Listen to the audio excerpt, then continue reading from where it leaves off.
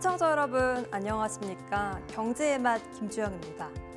한 주간 경제 핫 이슈의 흐름을 살펴보는 주간 경제 이야기에선 부동산부터 금융, 일자리 이슈까지 각종 생활경제 정보를 전해드립니다.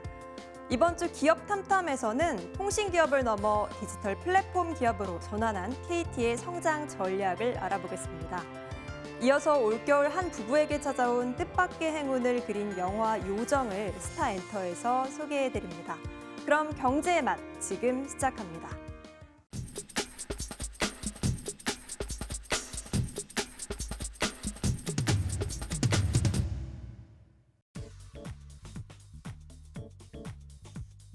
월드컵 시작과 동시에 치킨 업계가 행복한 비명을 지르고 있습니다.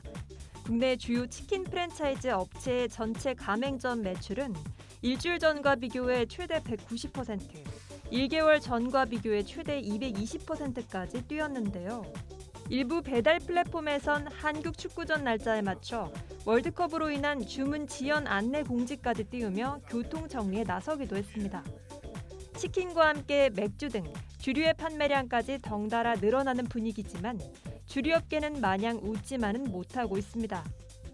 화물연대 총파업으로 인해 주류업계 유통망에 차질이 빚어질 수 있기 때문인데요. 국토교통부에 따르면 현재까지 화물연대 전체 조합원 중 파업에 참여한 인원은 7,700여 명. 업계는 이 중 약 20%가 주류업계 운송 노동자인 것으로 보고 있습니다. 주류업계는 이전 화물연대 파업 경험을 바탕으로 미리 대응에 나서며 당장 큰 물류 차질이 빚어지지는 않을 거라고 설명합니다. 카타르 월드컵이 고물가와 경기 침체로 잠잠했던 유통가에 모처럼 활기를 불어넣었지만 업종별 명암이 엇갈리고 있습니다.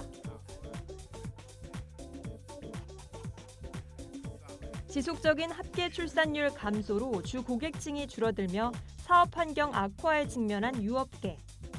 지난 20년간 1인당 흰 우유 소비량이 14.4% 감소한 가운데 같은 기간 합계 출산율 또한 0.5명 줄어들며 주 고객층마저 줄어드는 구조적인 위기에 놓였는데요. 급변하는 상황에 유업계는 제품 포트폴리오 확장을 통한 고객층 다변화를 타겟책으로 내놓았습니다. 국내 한 유업체는 생애주기별 단백질 제품군을 선보였는데 중장년층 위주로 매출 증가세가 뚜렷합니다. 또 다른 유업체는 귀리 우유를 앞세워 대체유 시장에 진출했고 우유를 베이스로 한 디저트 브랜드를 선보인 유업체도 있습니다. 원자재 구매와 가공 경쟁력에 브랜드 이미지까지 힘을 보태며 소비자 반응도 긍정적인데요. 유제품 제조 기술력을 바탕으로 사업 다각화라는 동아줄을 꼬아낸 유업계. 불리한 외부 환경을 이겨내고 전화 위복할 수 있을지 주목됩니다. 기준금리가 가파르게 오르며 내년 상반기에는 주요 시중은행 대출금리 상단이 두 자릿수를 찍을 거라는 전망이 나오는데요. 최근 무리하게 대출을 끌어와 주택을 구입했지만 금리가 치솟자 매달 갚아야 할 원리금이 불어난 이른바 영끌족들의 한숨도 깊어질 전망입니다. 문제는 거래 절벽 속에 주택 처분도 쉽지 않다는 점인데요.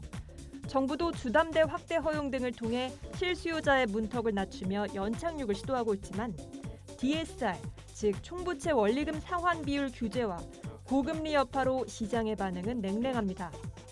이 때문에 DSR 규제 완화, 규제 지역 해제, 거래세 완화 등 정부의 추가 대책이 필요하다는 목소리가 제기되는데요. 금리 인하 시기를 예측하기가 어려운 만큼 당분간 이 같은 분위기는 이어질 것으로 보입니다.